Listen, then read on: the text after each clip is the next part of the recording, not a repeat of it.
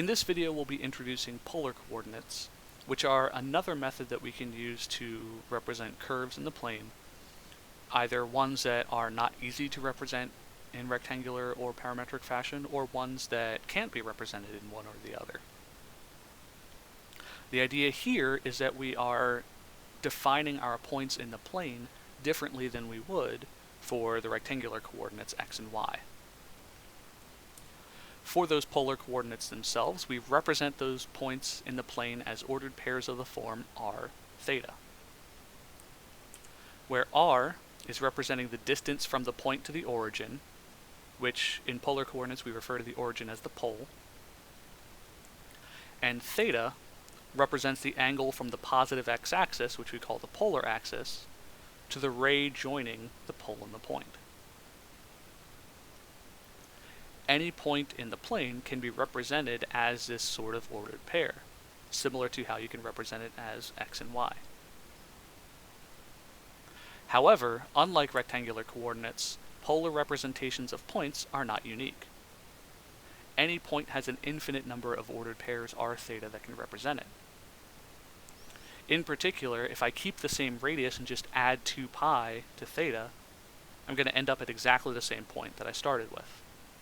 And I can add or subtract 2 pi any number of times, and I'm going to end up at exactly the same point if I don't change the radius r. And there are other ways as well that you can get to the same point, but that's the simplest one. So there are a lot of different representations of each point in polar coordinates. The first thing we're going to want to do is figure out how to convert between our coordinate systems. And for that, we have theorem 1.4, which says that if we are given a point P in the plane with Cartesian coordinates x and y and polar coordinates r and theta, the following conversion formulas hold true. If we want to convert from polar coordinates to rectangular coordinates, then x is equal to r times cosine theta, and y is equal to r times sine theta.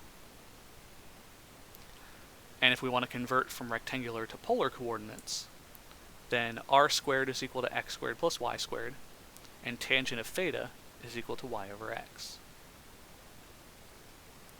Now, it's not necessarily true for all applications of conversion that we are only going to use the first two equations to go from polar to rectangular, and we're only going to use the second to go from rectangular to polar.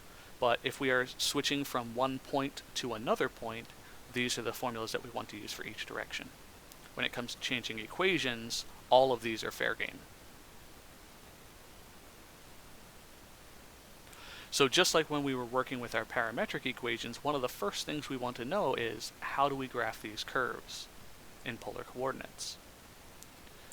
Well, if we have a set of polar axes, you'll see rather than having the x and y axes labeled with nothing in the middle there, we have these concentric circles representing the different radii, and several different angles marked off along those circles. If we have a polar curve that's of the form r equals f of theta, so in other words we can solve the polar equation for r, then we can just use point plotting. Pick different values of theta, plug into the equation, find out what value of r you get back. Which makes this a little bit different from the rectangular points, because with the rectangular points you take the first coordinate, which is your x, plug that in to find the second coordinate. But for polar coordinates, you take theta, which is your second coordinate, as your independent variable, and plug into the equation to find r, which is your first coordinate. Alternatively, we can use the conversion formulas to change into rectangular coordinates and graph them in rectangular coordinates if it's a curve that is easily workable in rectangular coordinates. Not all are going to be, but this is another option that we have if it happens to be the type that's easy to work with. Another thing related to polar curves that we are going to be interested in deals with their symmetry. And this theorem says that if we consider a curve generated by the polar function r equals f of theta, then there are a few different types of symmetry that we can observe. First, the curve is symmetric about the polar axis, so in other words you can reflect it over the polar axis to get the other portion of the curve. It's symmetric about the polar axis if every point r theta on the graph, the point r negative theta, or negative r pi minus theta, is also on the graph. The curve is symmetric about the pole, so kind of symmetric about the origin here, if for every point r theta on the graph, the point r pi plus theta is also on the graph, or negative r theta is also on the graph. And third, the curve is symmetric about the vertical line theta equals pi over 2 if for every point r theta on the graph, the point r pi minus theta is on the graph, or negative r negative theta is also on the graph. So this is kind of like the even and odd symmetry that we would have for rectangular functions, where if it was an even function, it would be symmetric about the y-axis. If it was an odd function, it would be symmetric about the origin. Here we have three different types for polar coordinates. Symmetric about the polar axis, symmetric about the pole, and symmetric about the vertical line, theta equals pi over 2. We can test this symmetry basically by using the definitions given to us here in Theorem 1.5.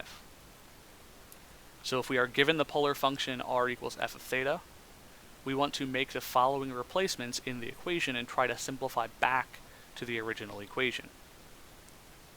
If we're testing for polar axis symmetry, first try replacing theta with negative theta. If that doesn't work, it doesn't necessarily mean that the curve is not symmetric about the polar axis, but the algebra might not just work. So the alternative is to replace r with negative r and theta with pi minus theta. For symmetry about the pole, first try replacing r with negative r, and if that one doesn't work, then try replacing theta with pi plus theta.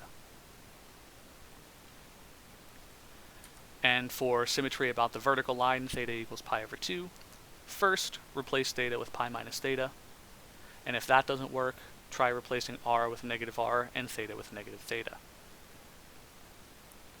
So you'll notice here in each of these cases, we're starting off with the simpler suggestion, the one that has less to replace or is typically going to be the easier algebraically to work with. But in each of these cases, just because that first replacement doesn't work, doesn't mean the symmetry isn't there. It could be some weird algebraic quirk that is preventing this from working out for us. So it's important that if the first one doesn't work, we do try the second one. And only if both of them, like both of the replacements for a particular type of symmetry don't work, that's when you can say that the curve does not have that type of symmetry. But if you can simplify the new equation to the original for any of these cases, then the curve has the corresponding type of symmetry.